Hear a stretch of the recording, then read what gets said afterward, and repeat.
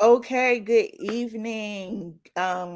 We are a few minutes late from some technical difficulties, but sister girls, if you are joining us on the live stream on Facebook or on YouTube, welcome to April's monthly book discussion.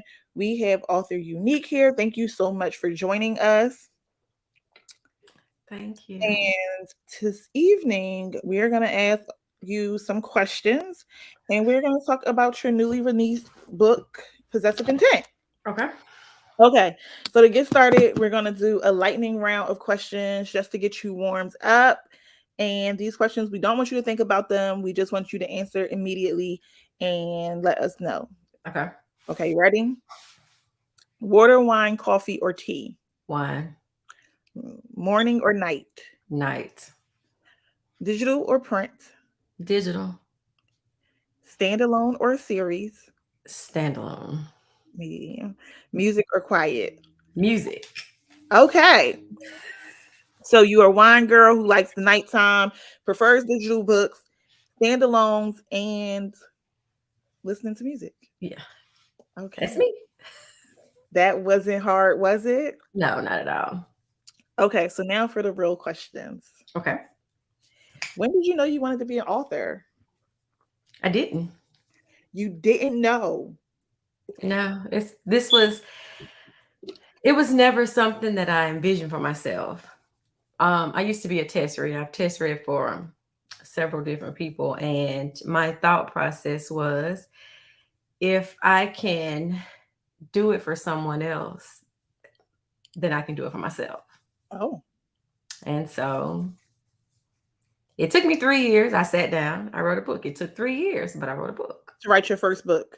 hmm It took And, 3 years. and the first book you published was, It was That's the Way Love Goes. It came out May 16th of 2020. and we're now in May of 2022, and you have six, 11. 11. hmm I missed some. Working on So number 12. how did you go from taking 3 years to publish one book to doing 11 books in 2 years? Because in those 3 years, I wasn't writing consistently. Like I would write, I would stop, think about it, look at it, never went back to it. And I lost my grandmother in November of 2019. I'm so sorry to hear that. Thank you. And that February of 2020, I decided then like I'm gonna take it serious. I'm gonna stop playing. And I submitted my book to Nikki in March. I was signed and it took off from there. Like between March and May, I wrote a book. Just that fast. After procrastinating for 3 years. So that really just shows that when you want to, when it's time to do it, you really just can do Oh yeah, that's still my life now. it. And so you were a beta reader, a test reader prior to writing a book. Was there any specific book that inspired you to want to write a book? Like, was it just was the process you, because they say, most people write the books that they want to read. So did you start writing the books that you wanted to read after reading so much? That was the plan. That's what I tried to do. But I think for me, like my journey it was different because I when I wrote my first book, I just felt like, I was winging it. Like I was just because again, it wasn't something that I saw for myself. It was just like, I want to write a book. So I'm gonna write a book. Okay. So when that was the plan was to write something that I would want to read. But when I got into it and started like actively doing it, it kind of just it got away from me because my first book went nothing like I had planned for. Mm. It nothing at all. It grew a life of its own.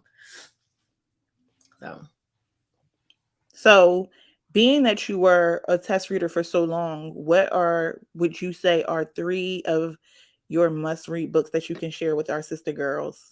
listen, prior to I feel like last I week, feel like, wait, I need to lean in because she said, listen, let me. I could have given you some great books that I read over the years, but I stumbled upon Lady Nisha last week, and I read Bambi 1 through 3. I think it was Holidays with the Carters, Here We Go Again, and The Emotionally last one Scarred. of the brother. Listen, Those books are so funny. Like listen, they are so funny. girl.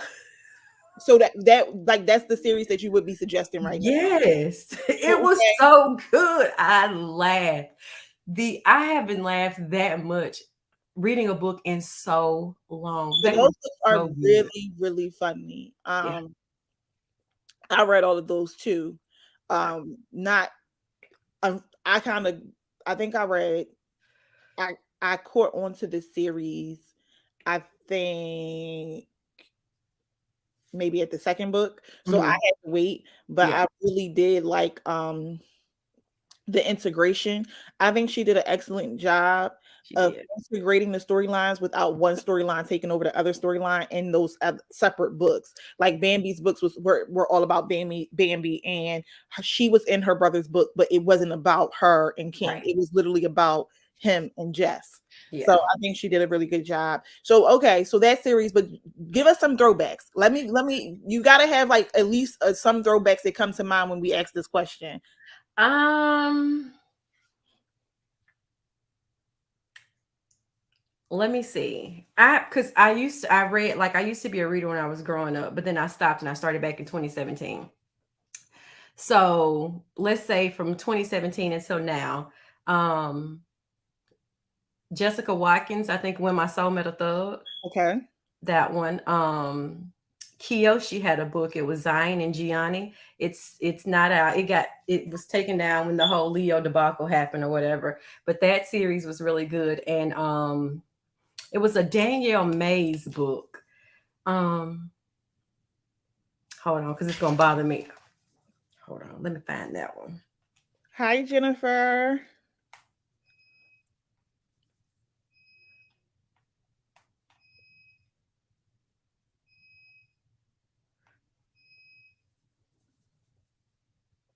Every Boss Has a Soft Spot. Okay, I've never heard of that book, so I'm gonna have to check that out. It's really good. It's really Every good. every boss has a soft spot. Every Boss Has a Soft Spot. All right. Okay. So now that you have transitioned from being a test reader to a an author, what's different? Like what can you say like when you read, do you read with a different level? Do you write with a certain level of detail? What's the difference of you think your writing, and how do you think being a test reader for so long influenced your writing? I try to be detailed. I try to be detailed as much as I can without, it being a bunch of fluff. But like you asked, like, if I write like things that I want to read. Like in my first book, it wasn't like that. But as I've grown, like I know what I like to see in books and what I don't like to see in books. So I try to do that, but sometimes it's impossible. Yep. But I try to go into as much detail as possible. I try not to. It's some things that I've done in previous books that I'm trying to get away from because it wasn't necessary. It was just some of the things that I saw in books that I've read. Um, but with the past two, my last series and this book's like I'm trying to find my own lane. Okay.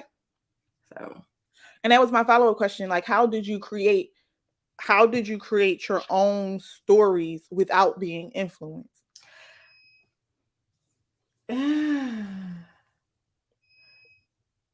So I feel like that's a big part. Like, if you are an avid reader and you decide to write a book, yeah, a big part of it is how do you create your own voice without, like, how do you stay genuine to what your voice is as an author compared to what you've compared to what you've read before? right. So like I never want somebody to read my book and be like, oh, like that's been done before. It might have been done before, but it hasn't been done by me. So I just I mean, because realistically, there are no new tropes, it's right? Like It's all been done. it's all been done before. And I Just the don't way you tell a story. exactly. It's all been done before. So when others, sometimes, oh, I did that first, it's like, did you? Yeah. Because how would you, and then how would you know? There's so many books out there that you haven't read before. How would you know if you did it first? But I think the difference is being confident in, like you said, how you tell the story. And I think that a lot of people haven't figured out how to tell their stories. Right.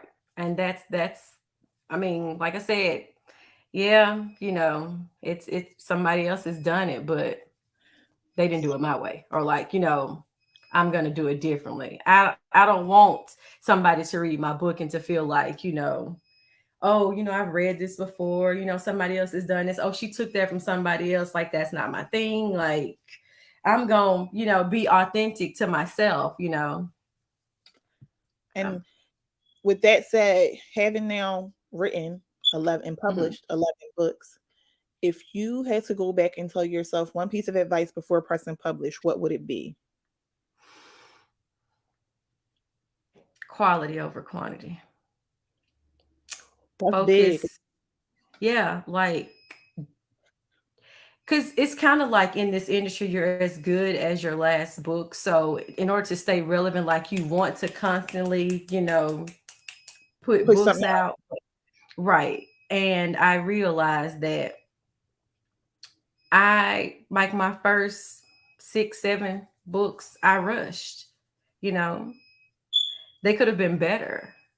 I rushed. So my whole mindset is like, it's not about how many books I can drop in a year. It's like when I drop, I need those books to carry me for a while. There So it's are quality over and there quantity. are plenty of authors who do that. Yeah. Like there are some authors who you might get a book a year, Yeah. 2 books a year. But when those books come out, Right. you see them. If you're a part of the book community, if you're a part of the literary black literary community, I'm sorry, I couldn't get that out. If you're a part of the black literary community, it what when you see those authors, they're everywhere. Yep. And it's like, so that quality over quantity is so big, and I wish more authors understood that, because you and this is nothing against authors who can write really well really fast, Right. right? But one, most authors, this is not their full-time jobs. Right. They cannot write full-time. It's just not sustainable until you get to a point where you could put out. So that balance, and I tell people all the time, and I say this almost every chat, I have been reading since I was 12. Hmm. I'm 32. Hmm. I've been reading books for 20 years. So I have literally been reading throughout the whole shift of paperback, hardback to digital. Like Kindle Unlimited didn't start. I was looking back, I think until 2013, I Hmm. think. And I'm like, to have this much pressure now, the internet completely changed the game, because I Hmm. remember, like and I say this every chat, when I used to have to actually go to a bookstore. Like I didn't even know if a book was coming out unless Right. they sent the information to a bookstore and was like, put a flyer up, like you didn't know. You just walked into a bookstore, or you went to where the authors were, or whatever the case may be. However you got your books, whether it was like they used to have this vendor festivals, or you had a shut up, Cherie. Either you had a vendor festival or you went to the bookstore. But I remember when True to the Game 3 came out, like just for instance, and it was like nobody knew, like nobody was Right. expecting that book. It was like, did we need a third book? Wait a minute, I'm gonna go ahead and get the third book. Like it's like nobody knew, and now social media, the internet, Amazon, whoever you want to blame it on, has Right. changed it where as soon as you put a book out, it's like, oh, girl, I read that today. Where's the next book? And I think a part of that is because there is less quality books being put out. I'm gonna go ahead and say it. It is. Where you used to have quality books holding your attention during the time of waiting for that next author. Like you had your set list of authors that you knew you were going to get a good book from. Now it's like it's so many books out there, but all of them aren't well written. So you're flying through them. They're not staying with you. You're not thinking about them. There's no meat to these books. Right. Everything is just like boom, book done. And it's like you forget about it. You forget about the book as soon as you read it.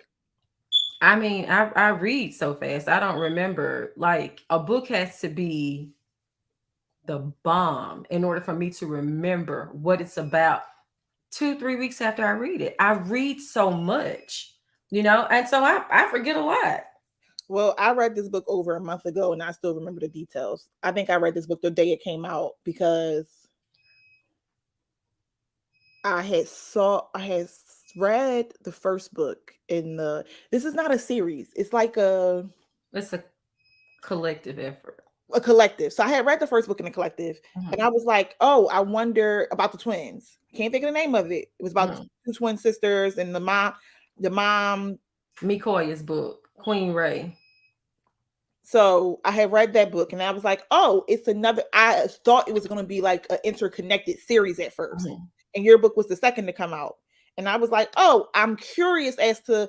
I actually thought your book was going to be about one of their friends. Like in my mind, when I saw it was another book based in this fictional town, I thought mhm. it was going to be about one of their friends. So I was like, oh, I just finished that book. I might as well try this book next because Right. it's next in the succession. Like this ain't that. This is a grown adult person, man. This is a grown man. Adult man. I was like, I went and changed my dating profiles. Like I was like 45, extended to 45 because just in case it's a multi-millionaire man on one of these apps that wants to whisk you away, buy you a house, and just in case, I Right. mean, for I was like, fuck it. Like I'm 32, I'll be 33 this year, 45. Me and Bellamy the Okay. same age. Silver Let fox. me just a little room for thought, like a little Right. 12-year age gap, But so that leads me to the book we're discussing tonight, Mhm. Possessive Intent. How did you come up with the premise for this book? Like what happened and made you want to write what that made you want to write this book? When we talked about doing the town or whatever, and I knew who she was going to be. Like I knew I had her name, I had his name, but I didn't know.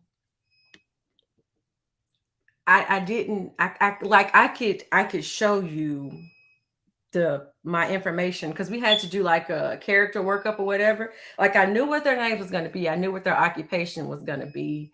I think when I was writing it down, that's when I realized that I was going to make such a huge age gap. But I did not outline this book. I wrote besides that character, and I had to put on the character worksheet like a summary of the story. I didn't have it. So what I came, so what came to you first? Like what Their names. just their names. Their names, and I knew it was going to have something. Like I knew what her family's business was going to be, and I knew what his was going to be, and so I knew it was going to have something to do with the illegal diamonds. And I was going back and forth on if I was going to have him buy, because he was a corporator. I knew he was going to be buying into the town, but I was going back and forth on whether or not it was going to be him wanting to buy her family's business out for the sake of bringing in, illegal diamonds or whatever, or if it was, him having some shady reason for being into town. I didn't know exactly where it was going to go. Like those were ideas that I had, but I didn't know where it was going to go until I started writing it. Because Right. I really thought it was really going to be about him wanting to buy the jewelry store because he wanted to use the port to bring in illegal diamonds, Right. and that's not where it went. No. No, that's not where it went at all. When I say I did that, it was all an idea. I didn't write anything down. When Mhm. I wrote, like I completely wrote it off the top of my head So okay. So do you write moments as they happen, or are you an author who writes from beginning to end? from the beginning to the end. I can't write moments that That I would listen. The way I write, I would go crazy if I did. I have to write from the beginning to the end. So I'm writing as I go. I literally know some authors who start at the end Yeah, and then fill in like how did we get here? I can't And do that. no, I mean that's everybody's journey and everybody's process is different. That's why I always ask, like that's why I always ask these questions because one of the reasons we do have these chats is to want to interact with and connect with our readers because I love introducing our readers, our sister girl community to authors that are new or new to me. Mhm. This was the first book I've read by you. This was a new to me author, even though you're not necessarily a new author. Right. This was my first book, and like I said, I read it because I was like, oh, I really do love when authors or groups of authors do compilation series. Like Mhm. I love that because it's like it's a great way to kind of get a feel for each author and it's a great way to get introduced to new authors because you Right. can kind of flow and see which author is more suited to your literary taste. Right. Um And that's so, what this project was about. so what was so if you wrote this in sync of the storyline, Mhm. what was the first scene that came to you? So it wasn't even Bellamy and Zeke interacting, No, it was her being left at the altar. Well, which was not necessarily left at the altar, but her being left the day of her wedding. okay. So how much research as you were writing this story, how much research went into the characters, their backgrounds, their upbringing? Like you developed these characters really well. Their relationships were very present in the book. And that's what I liked. It wasn't just like a boy meets girl, even though sometimes I do like that, but it Right. wasn't just a boy meets girl, boy has issues, girl has trust issues. I mean, because even if you didn't go deeper into Bellamy's background, her trust issues are brought to you right there at the very start of the book. You know Right. why she has trust issues. This person that she's been with all her life, known all her life, has been with for numerous amount of years. I think it was 6 or 7 years, like since college. Mhm. These are on their wedding day with no real explanation. So that right there shows her trust issues. But Zeke's trust issues, Mhm. developing his inability to really communicate his feelings because of how he was raised and like what did you do to like prepare those characteristics to be come out so strong in these characters? As far as that, literally nothing. I didn't research anything about that. That was completely off the top of my head. The only research that went into the book was, about the town that you were about because I'm from Mississippi. I lived in Atlanta. So I had to research like things in DC or like the degree that I had her to hold or more about his business. Those were the only things that I researched. As far as like how he felt about not wanting love, like I that really just that came off the top of my head. Like there was no research into it at all. I really It's went off, all creative genius. I really went off the top of my head. Was it harder for you to develop Zeke or Bellamy? Him, Okay.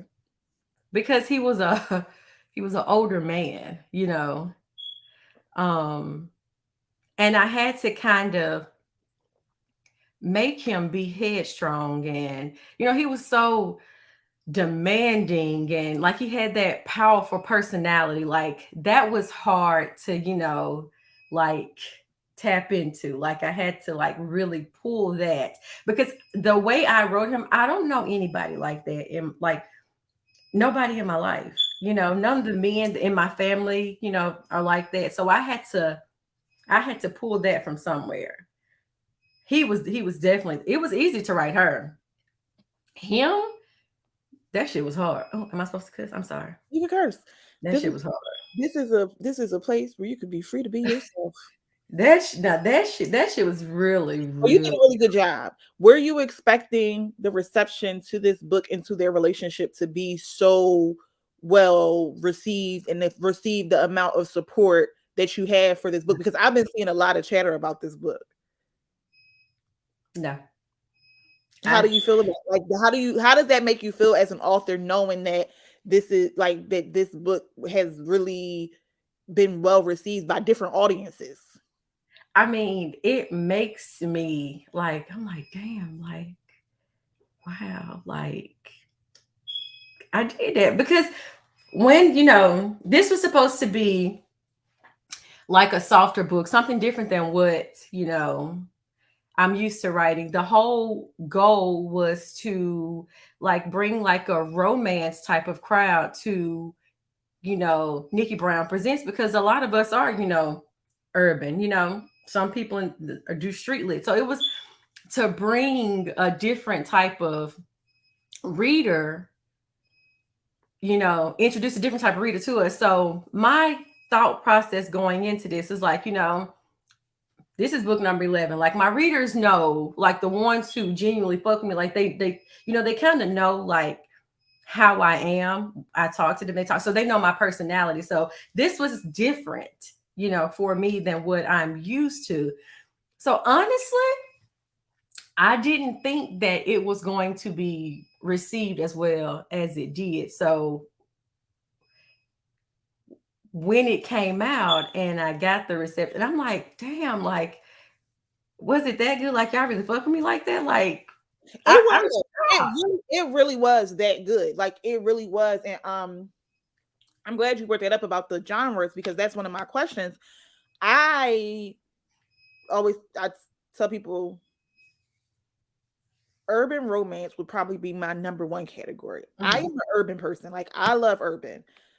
I read a lot of romance, contemporary romance, whatever.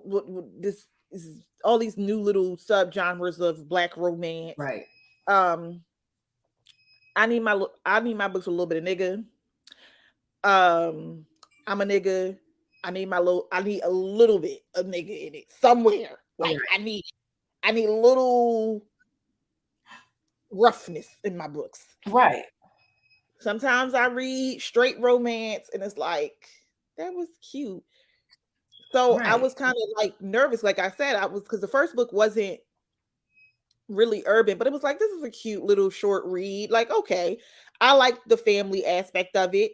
And like I said, going into this book, I really wasn't sure what to expect, because I'm like, this is a new to me author, but I like this idea of what this team of authors is trying to do. So I'm going to Right. support it.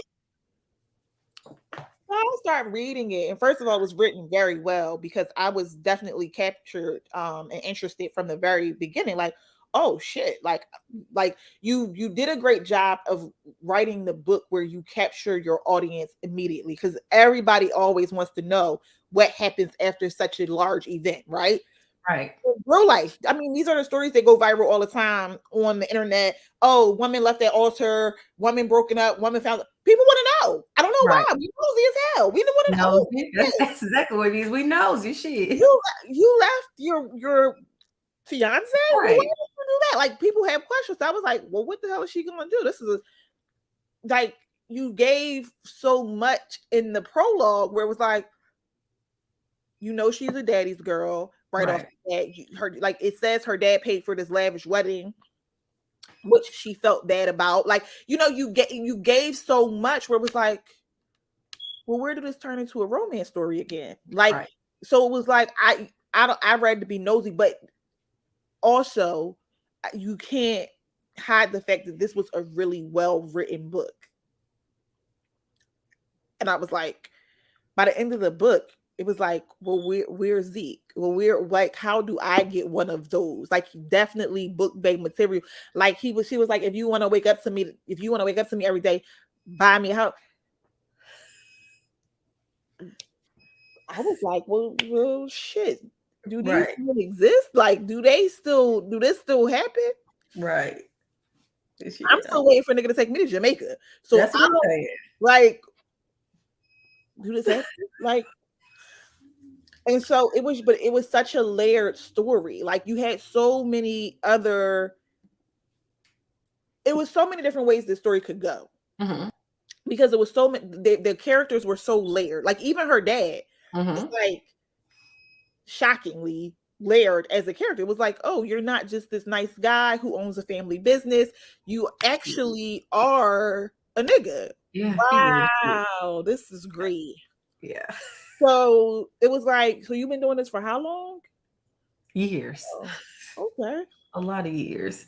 A lot of years. And it's like, it was very clear that this girl lived a certain lifestyle. Hmm.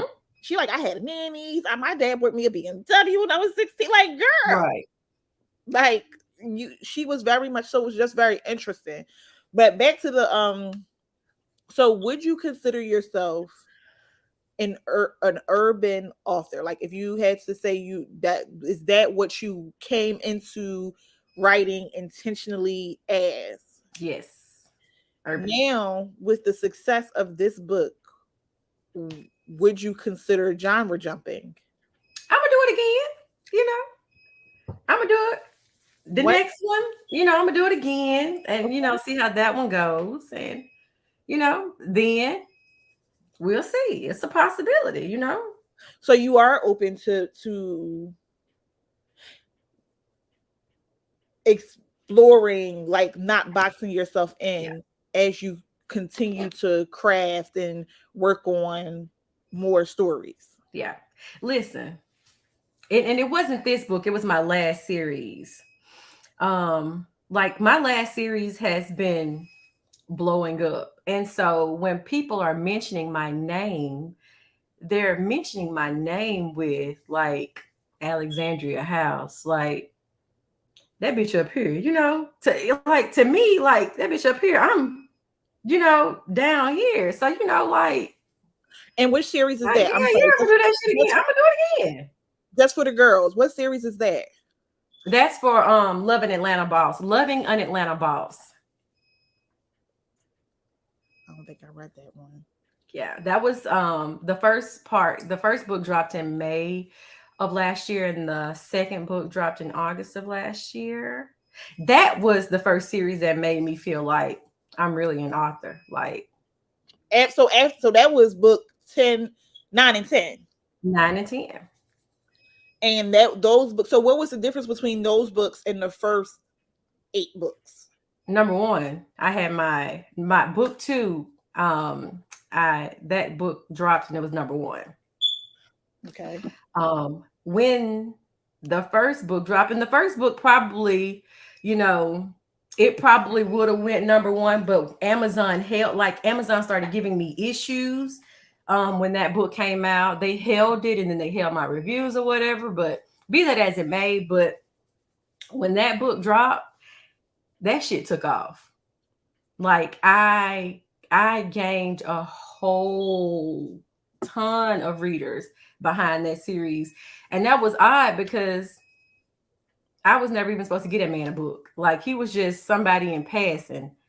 And I was kind of forced into writing it and it took off. And the way that it took off, that shit made me feel like, oh When you say yeah. that So man, you like, mean Prime? yeah, Okay. he was never supposed to get a book. Like ever. It was not in the cards for me. Like, no.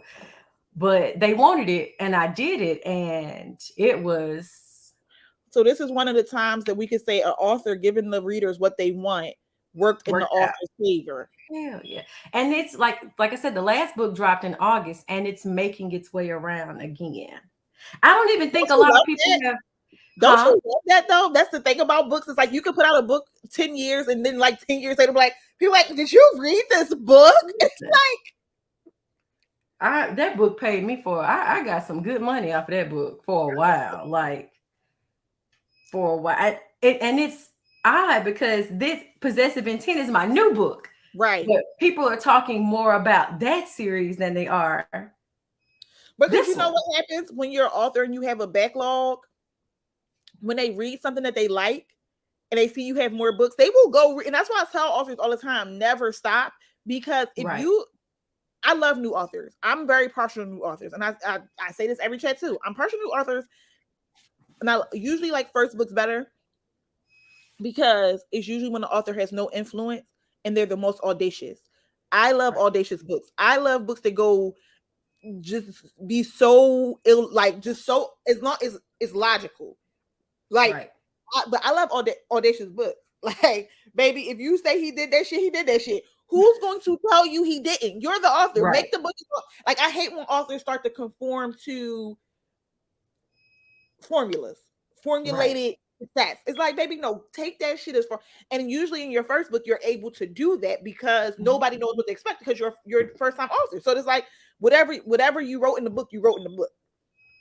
But what I've noticed is that when authors have had success with a book and they have a backlog, if Mhm. they like the author's writing style, particular writing style, they'll go back and they love it. They eat it up. They're Mhm. like, I'm going to go back and read all 11 books now.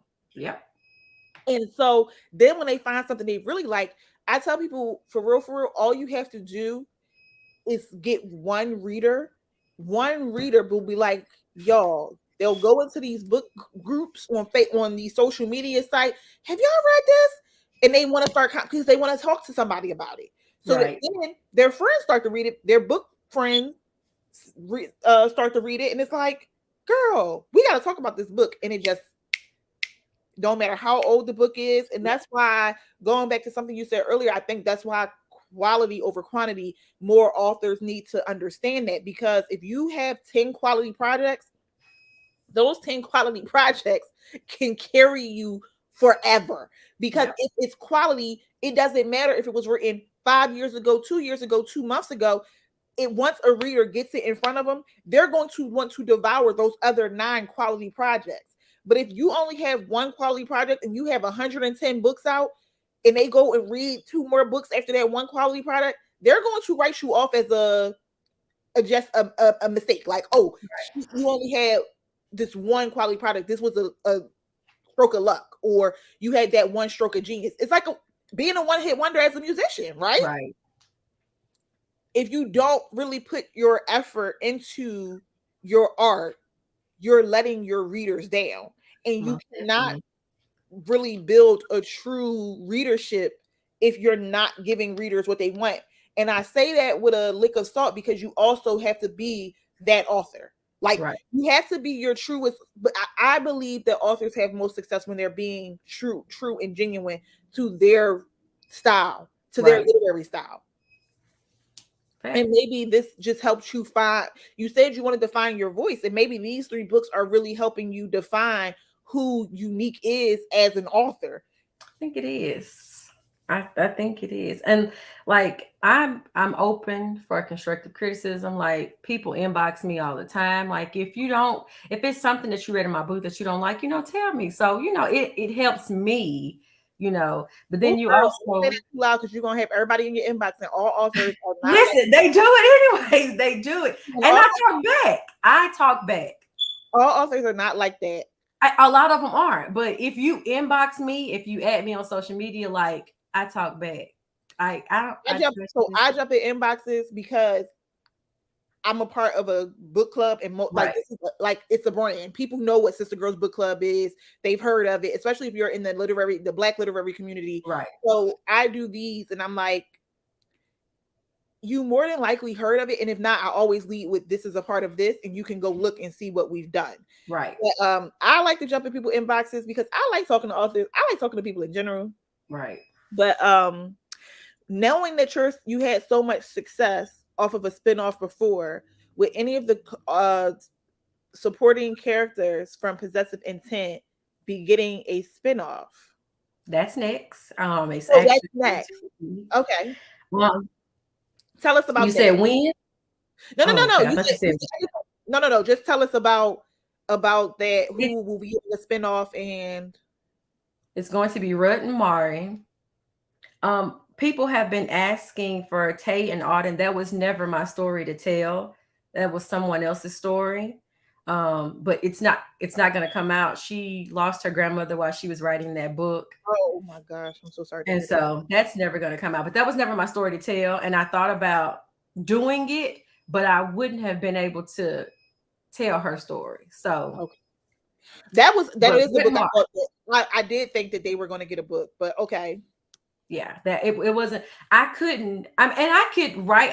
I can make it work, but knowing the premises of her story, like I wouldn't feel like I was being my authentic self if I wrote her story.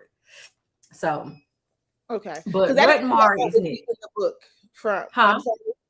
I did think that that was out of all of the characters. I did think that's who would be getting a Yeah. spinoff because they had the most storyline in this Yeah. book.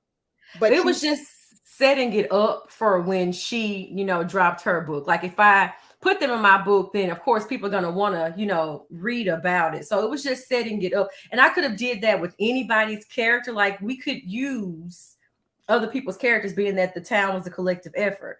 And correct. so all it was just me setting it up for when her book dropped. But it's not gonna come out. I mean, things happen, unfortunately. But for me, Rutt and Mari is gonna be next. And it might Smoke might have some in there, but unless I start writing it and some inspiration for him comes about, it won't be anything major because I don't have a storyline for him. Okay. What was your favorite part about like writing this book? Like what has been your favorite part about writing it or your favorite part about publishing this book? Favorite part about writing was doing something that wasn't the norm for me. That Okay. was the favorite part about writing it. Writing it was it's because it was something different for me. Like I was trying to be soft. And you did all of this off the top of your head. Yes. And That's amazing. do you want to know how long it took? How long did it take? When I put it all Listen, together, it didn't take 3 years. no, it probably took about 3 weeks. That's impressive. Like when I think, like, don't That's get me hella, wrong. that's hella impressive. Because Don't this get is a me long book. wrong. It's like what, 300 pages? It was like 75,000 words. Don't get me wrong. I didn't sit down and write 3 weeks consistently. But if I do my writing time, it was 3 weeks. I wrote it in 3 weeks. That's impressive as hell, especially because you didn't have any outline and you didn't know where the story was going. I had nothing, no That's outline. And what I wrote, the little bit that I did write about it before I started writing, after I submitted that to my publisher for her to put in the directory, I never looked at it again. So it took about 3 weeks. that's impressive because Amazon has this book clocking it at 261 pages. Yeah. This is Um, the longest book I've ever wrote. Probably why this is my first book I read by you. I tend to only read long books. I don't like short books.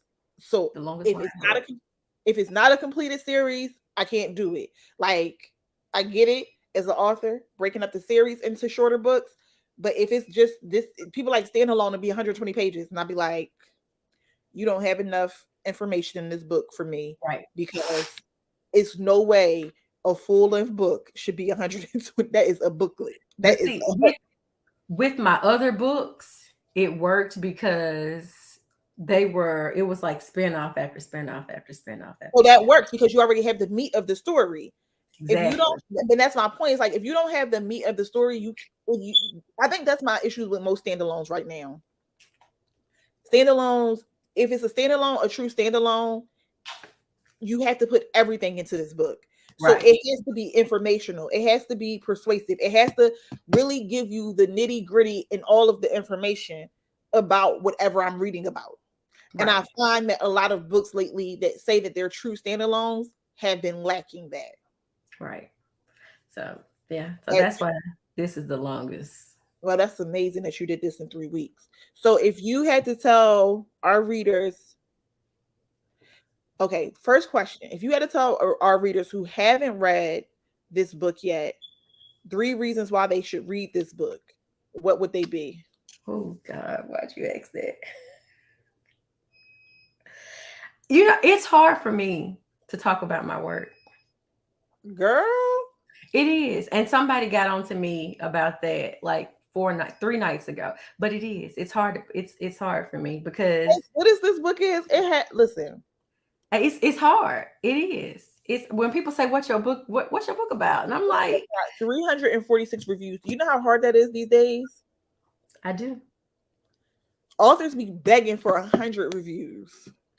And for me, I've been fortunate enough that I've always gotten, I've always gotten really good reviews on my book from the beginning to now. Like I've never had to, you know, ask for a review, not being cocky or anything like that. Like it just, I know it's hard. And even with me not being able to tell you what my book is about, I've never had that problem. But I don't, what can I say? If you were a reader, why would you read the book? Let's take it back. You're a reader. You started as a reader. Once you read the Mhm. book, why would you, if you were the test reader on this book and you were Uh-huh. telling somebody else to read this book, what would you tell them and why?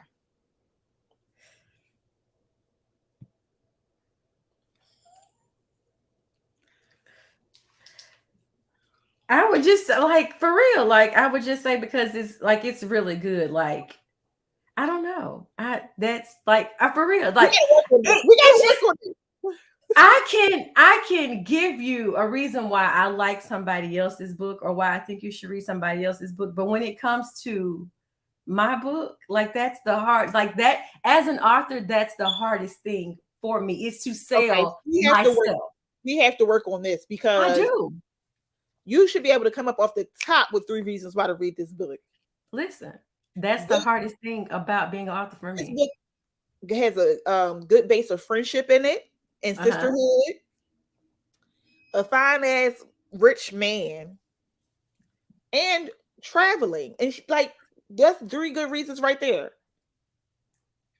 It's just I don't know. So Like it's that can appeal to so many different. I know readers who only read about books that have traveling in them. This really, has traveling in it. It has a happily ever after. A lot yeah. of a lot of big romance readers only want to read about books that have a happily ever after. We're gonna work on this. We I'm seriously. You can ask anybody. Like all right, that's well my that's something we're gonna have to work on. that's my that's the hardest thing about me being an author is like selling myself, like telling somebody why they should read my book. Like I don't know. Well, that's something we're gonna work on. All right, last question. What's next? What is next for Author Unique? Um, hmm, as far as like book wise, Whatever you want to share, book wise. my spinoff, it's Hurt Me So Good. Yeah, like I said, that's going to be about I saw you why that face. Because that sound like some BDSM. It sound like some No, it's not that. okay. I It's don't not know. When I hear stuff like "hurt me so good," my mind is very dirty and it goes straight to sex. no. Don't It's not don't touch BDSM. me. Urban Like rights is like my second favorite genre, and like it's been a lot of it's been a lot of like crossover books lately where I've been reading, like I thought this was romance. Maybe this is a this is at work. yeah. Y'all, I cannot read this at work. Listen. But okay, hurt me so good. I'm sorry. I'm so Yeah. No, it's okay. It's not on the BDSM side. That's okay. so oh, but it's toxic and it's actually one of my friend's story.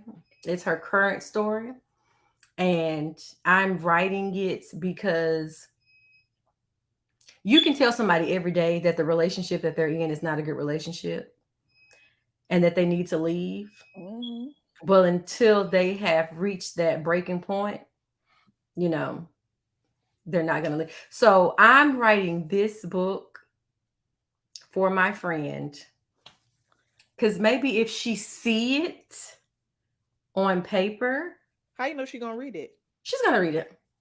She's going to read it. She and I told her, You think it's gonna hurt her feelings? nope. She told me to write it. Oh, okay. You got a She, good friend. Because she told me to write it. I'm like, bitch, mind your business. She told me to write it. Y'all gotta be we all gotta be stupid sometimes. She told me to write it. And she wanted to know, like, is she going to get, like, is it gonna, the end, is it gonna turn out the way she wants it? Like the way she's hoping her relationship turn out. girl, no, this is not how And this. I told her, me writing your story is me giving you the ending that I think you deserve. So it's gonna, my whole thing You behind a this book spicy, is you a spicy friend. I no, it's not even that. It's just that I know she deserves better. And so I feel like maybe if she saw it on paper, if she read it from somebody else's point of view, because I got a front row seat to it, from both sides, her and her dude, I got a front row seat. So maybe if she saw it on paper and she sees it from somebody else's point of view, it'll help her realize that, she deserves better. Okay. So this next one is gonna take a lot out of me because that's my friend. So And that's what you're going to be publishing next. yeah, Okay. Woo. I yeah, can't wait. I'm excited. yeah. All right. TG says, I love your books. You're so talented. Oh, thank you. I try to be. No, you're doing it. You doing it. Don't you're not trying, you doing it. Thank you. That's Just hold up outside with the music blasting. Okay, for girl. the for the wrap up, just tell our sister girls, since you are so interactive on social media, where they can find you in these social media streets and how they can get in touch with you. Facebook. I'm on Facebook up under my full name, Unique Tykeela Michael. My middle name is spelled Tykela. My last name is spelled Mikel. I'll post it. I put it in the IG questions for you guys. Okay. I'm on TikTok, Arthur Unique. I'm I love on Instagram is so unique, so unique. Write me, I write back. it. Like at me, I And write if back. and if this is the only book that they've read by Mhm. you, what's the next book that you would tell them to read? Loving an Atlanta boss. Even though it comes at the end of my family saga, if you're one of those people who have to know everything about everybody, then start with That's the Way Love Goes and work your way down. But if you're not, and you can like pick up context clues, Loving an Atlanta Boss. Even though I didn't want to write it, and when I say I didn't want to write it, like every day I would sit down at my computer to write it, I would damn near cry because I didn't want to write it. I'm about to go read it now. I'm But about to read it now. that book, after I dropped part one and part two, that shit made me feel like, damn, well, like I done made it. Like these people really fucking me like that. Like, That's a for good real. feeling. Yeah, it is. Well, we got people right here. Jennifer says she loves your books. I TT see. says she Thank you. loves your books. So you got people who love your books. So we're looking for. Somebody said Big Daddy Zeke. Yes, he gave all the BDE. All of it was like I couldn't even picture. I knew Zeke was a hell of a character because I couldn't even picture nobody in my mind to like visualize. Like I couldn't even. I was like, damn. It was hard trying to find a visual. The visual that I chose Method Man, just to give people something to look at. But I I admit that couldn't because that's not because he's not that for me. I know the girls don't exactly. want to tussle, but he's not that for me. No, he's not. Um, I know everybody love him, but he's not that for me. And I knew that that was a good character when I was like, damn, I can't even. I'm usually There really was good at. nobody I could. I couldn't find what I'm I was usually looking for. really good at putting one and two together. Like in my mind, I'm a very Mhm. visual reader. Big Daddy Zeke had the swag, the he listen, and I liked how determined he was. He was like, Bellamy, you might not be talking to me, but I'm talking to you. Ooh, because she was a brat. I liked her, She but was. she was a brat. She was. Her dad had her little Riri trying He to did. overcompensate for the mom not being there, but that's Yeah.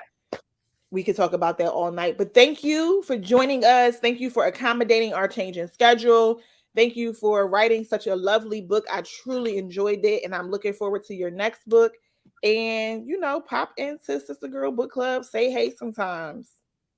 Thank y'all for having me. Like Seriously, like this is the first one of these. I did a podcast when I first started, but it wasn't like visual. It was like we was on the phone. Like, so like, thank y'all for inviting me. Like, This is something new we tried. We feel like going live kind of gives it. We started this during the pandemic because mhm. we couldn't have our book signing event, and we wanted a way to still interact with authors and readers and kind of put faces to names. And so, you still can love. Your books are amazing. So we gotta I, find a way for you to be saying these things. But I this is what know. the readers are loving it. So we're looking forward. Make sure when you have a date. Do you do dates? I didn't do one for this book because I thought they were gonna hold it because they held the last three. I know a lot of authors stop doing dates because of that, like because they'll do a date and then Amazon will hold the book for 3 days for whatever reason. Amazon has an issue with my name. They feel like my name is biased, but it's like my legal name. Like my name is unique. I was born with, I was given the name at birth, but they have an issue with my name. So they held my last three books. So I didn't know if they were going to do it with this one. So we just dropped it. But the next one, I'll give a date. I'm going to Okay, give a date. but once you get a date, pop into the book club, share the date, share the details, and we look forward to chatting with you more. I will. Thank you so much. No problem. All right, sister girls, if you haven't read more of Author Unique's back catalog, please go read those books and rank up her reviews. Thank y'all.